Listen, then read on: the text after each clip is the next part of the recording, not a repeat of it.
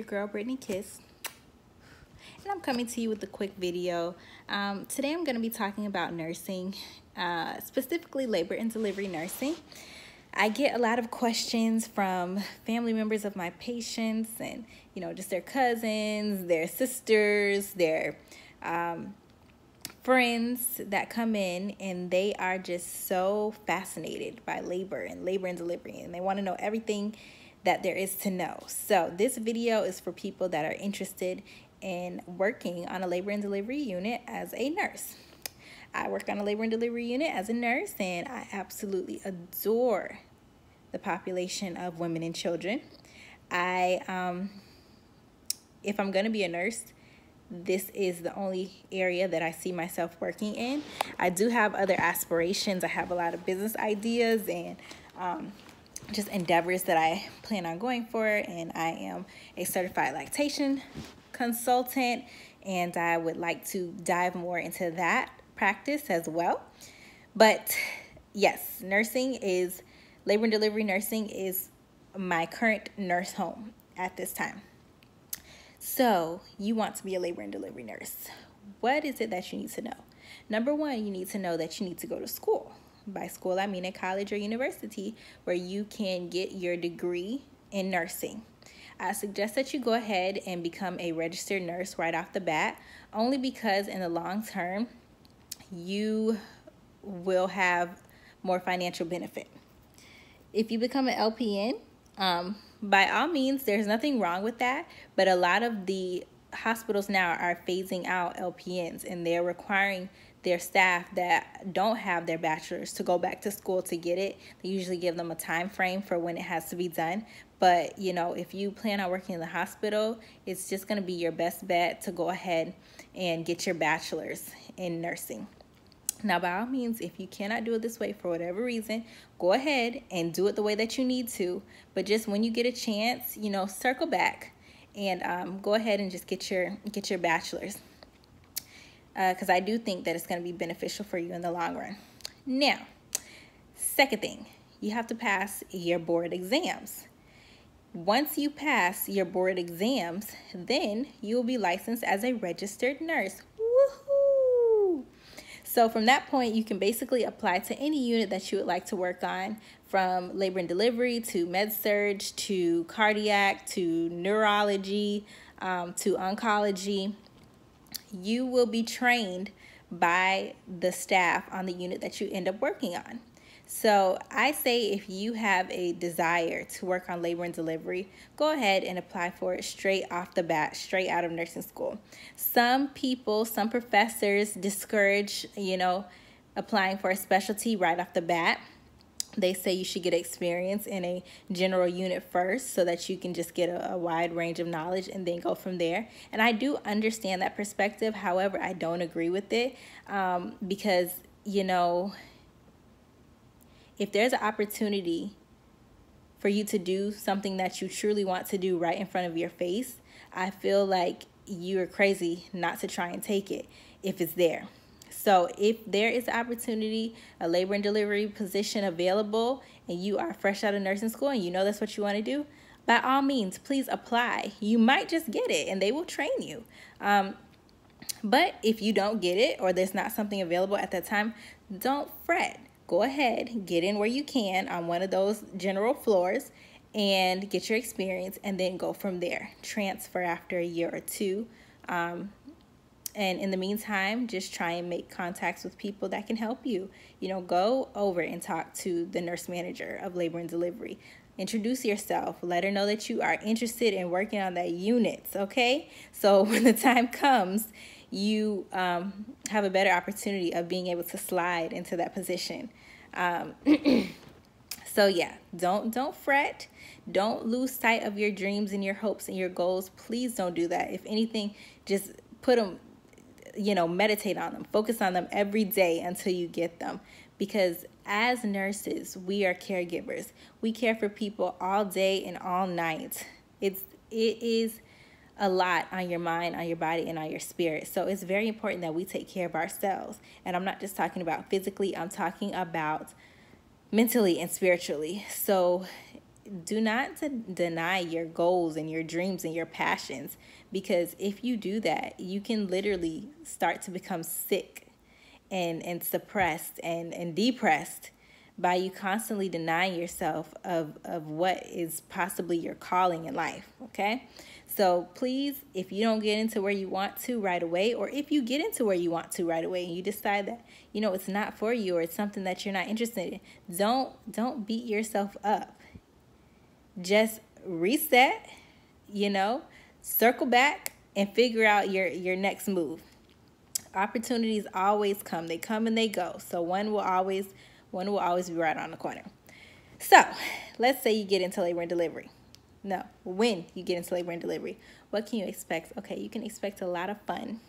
You can expect a lot of laughter. You can expect a lot of joy. You can expect a lot of tears. You can expect a lot of happiness and a lot of warmth. But, you know, you can also sometimes experience a lot of sadness and a lot of sorrow. We all think of labor and delivery as the happiest place in the world and babies being born. But sometimes there are situations where moms don't leave with their babies. There are situations where moms come in preterm labor, something that they did not expect, and their baby has to go to the NICU. And now the family, you know, is upset because they see everybody else leaving with their babies and they don't have their baby. You know, you have people that come in, couples that experience miscarriages. You know, it's definitely overall a really happy place to work, but you have to take into consideration that not every case is going to be a happy case. So if that is not something that you feel like you can handle emotionally, then you might want to reconsider labor and delivery, because it is a part of the experience. It's not something that is pleasant, but as nurses, we provide care during good times and bad. So, you know, just think about, sometimes you have to be there, not only in the good moments, but also in times where, you know, people are pretty upset and their reality isn't turning out the way that they pictured or they planned. But back to another note, it is a lot of fun. It's really an amazing place to work. You have a lot of autonomy. You have, what does that mean? It basically means your ability to practice independently. No, we do not give orders. No, we do not diagnose. We're nurses, not doctors. But in a unit like labor and delivery, sometimes interventions need to be made before the doctor is available. So we have what is called standing orders that cover us in the event that something like this happens. Maybe a doctor is in surgery. Maybe, you know, we're just not able to reach them for whatever reason. With these standing orders, we're able to continue to provide care for the patient based off of our assessment and what we think is best practice, what we think is best for the patient. So you have the OB triage, which is basically like a mini emergency department, where they decide which patients need to be seen right away and which ones can wait based off of what is going on with them, based off of their assessment. Some people love triage. That's one of the cool things about labor and delivery, is there's many little pockets in labor and delivery, and a lot of nurses tend to like certain spots. So you also have a pre-op, which is where you get your patients ready for surgery. You have the actual OR, the operating room, where the surgery takes place. And if you are working in the operating room, you'll be functioning as the circulating nurse, meaning that you are responsible for running that OR case. You're responsible for knowing everybody that is in that room, and you're responsible for the documentation of what happens during that case. It's a big responsibility, and it's really cool. You know, we don't want patients to have C-sections. It is major surgery. However, sometimes that is the safest route of delivery for mom and baby. So it happens. And in the event that it does happen, you will circulate as the circulating nurse. You will operate as a circulating nurse in the OR. Excuse my sleepy eyes, y'all. I just worked a 12-hour night shift, and I'm like fighting sleep right now. Um, Another thing, you have your labor rooms, which is where people will just be laboring and eventually give birth in the birthing suites. And you also have your antepartum rooms, which are rooms for patients that are not here because they are in labor, but they maybe have some type of complication that requires them to be watched more closely for whatever reason, but they're not laboring. So we call those patients antepartum patients. So there's a lot of opportunity for, growth and figuring out where you see yourself kind of fitting in labor and delivery. Another thing that I would say is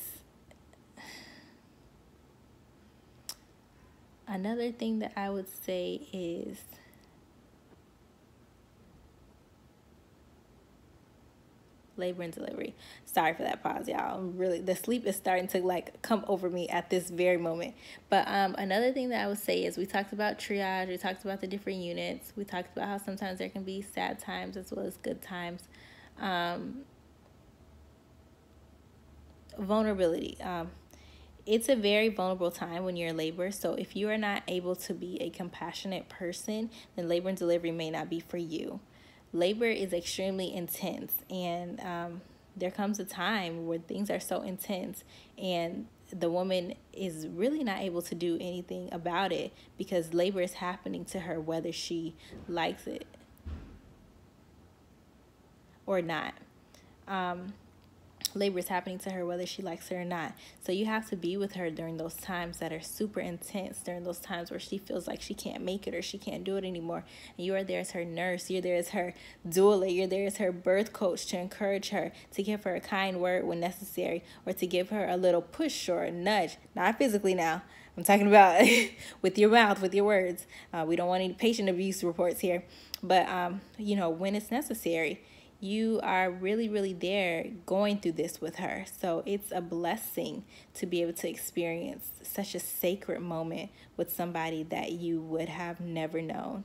It is amazing how, our gentlemen go ahead and plant the seeds, or they put the fertilizer on, and then women's amazing bodies grow this baby, literally, that moves and, it's alive inside of them, and then their body makes a pathway to birth the baby, just like a piece of fruit, bursting forth on a tree. I mean, it is absolutely amazing.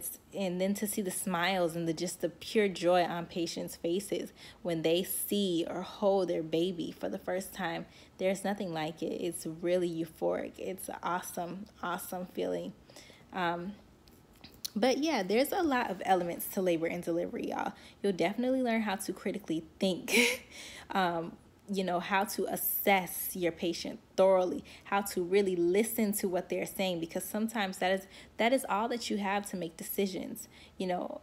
What if the doctor is not, what if you're not able to reach the doctor? How do you make your decisions on if an intervention, may be necessary, if we need to initiate a protocol? You base it off of your assessment and off of what the patient tells you. So it's important to listen to